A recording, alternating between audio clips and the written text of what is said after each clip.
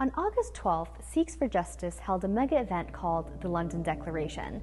Thousands of Sikhs from all over the world came together to declare their right to self-determination.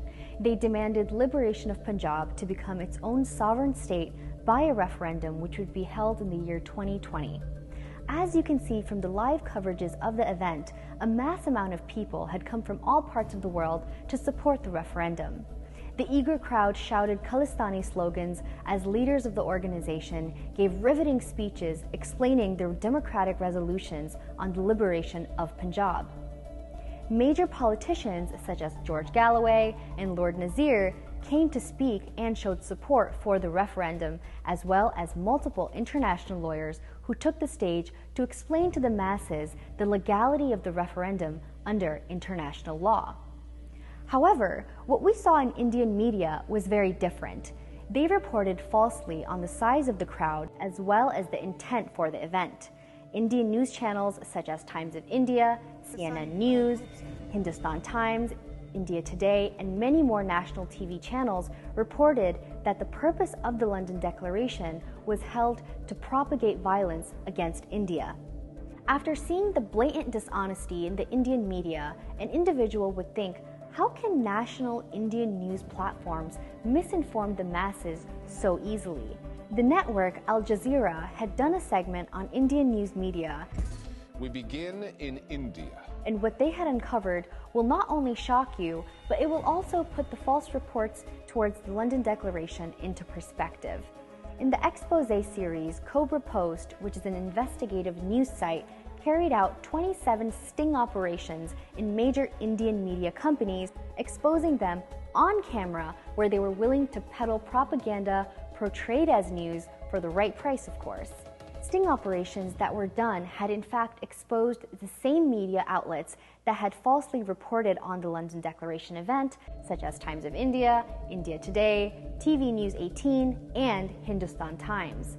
In the report done by Cobra Post, it was uncovered that the major news agencies in fact went as far as to agreeing to defame political rivals for compensation in cash. The story is not just about paid news. It is something beyond. They agreed to defame the political rivals of the client. They agreed to take compensation in cash. This type of defaming has been used against members of Sikhs for Justice by the Indian media countless times over the past few years. The organizer of the 2020 referendum, Gurpatwant Singh Pannoon, is an ISI stooge. Although India claims to be the world's largest democracy, let's take a look at their international media ranking in the World Press Freedom Index that was done in 2017. Indian media was internationally ranked at 136 in 2017, and then again it slipped to 138 in the 2018 ranking. This is surprising to most, being that Afghanistan, a country that has been struck with war and terrorism, is ranked on the same list at 118, way ahead of India in terms of press freedom. The Indian media is very vocal and aggressive when it comes to defaming organizations such as Sikhs for Justice and their campaign for the liberation of Punjab.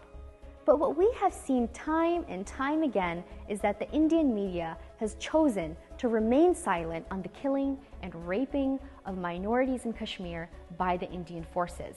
This shows that for Indian media, Indian nationalism is of far more value than the lives of religious minorities in India. Now, it is easier to understand how Indian news media outlets were able to get away with fabricating the truth about the London Declaration event in order to mislead the masses and defame a peaceful political movement. The bias in their news reports is mainly done to distract the public from the actual reasoning behind the London Declaration, which goes beyond the size of the crowd. In reality, the event served as an opportunity for a group of people to come together and exercise their right per the democratic process.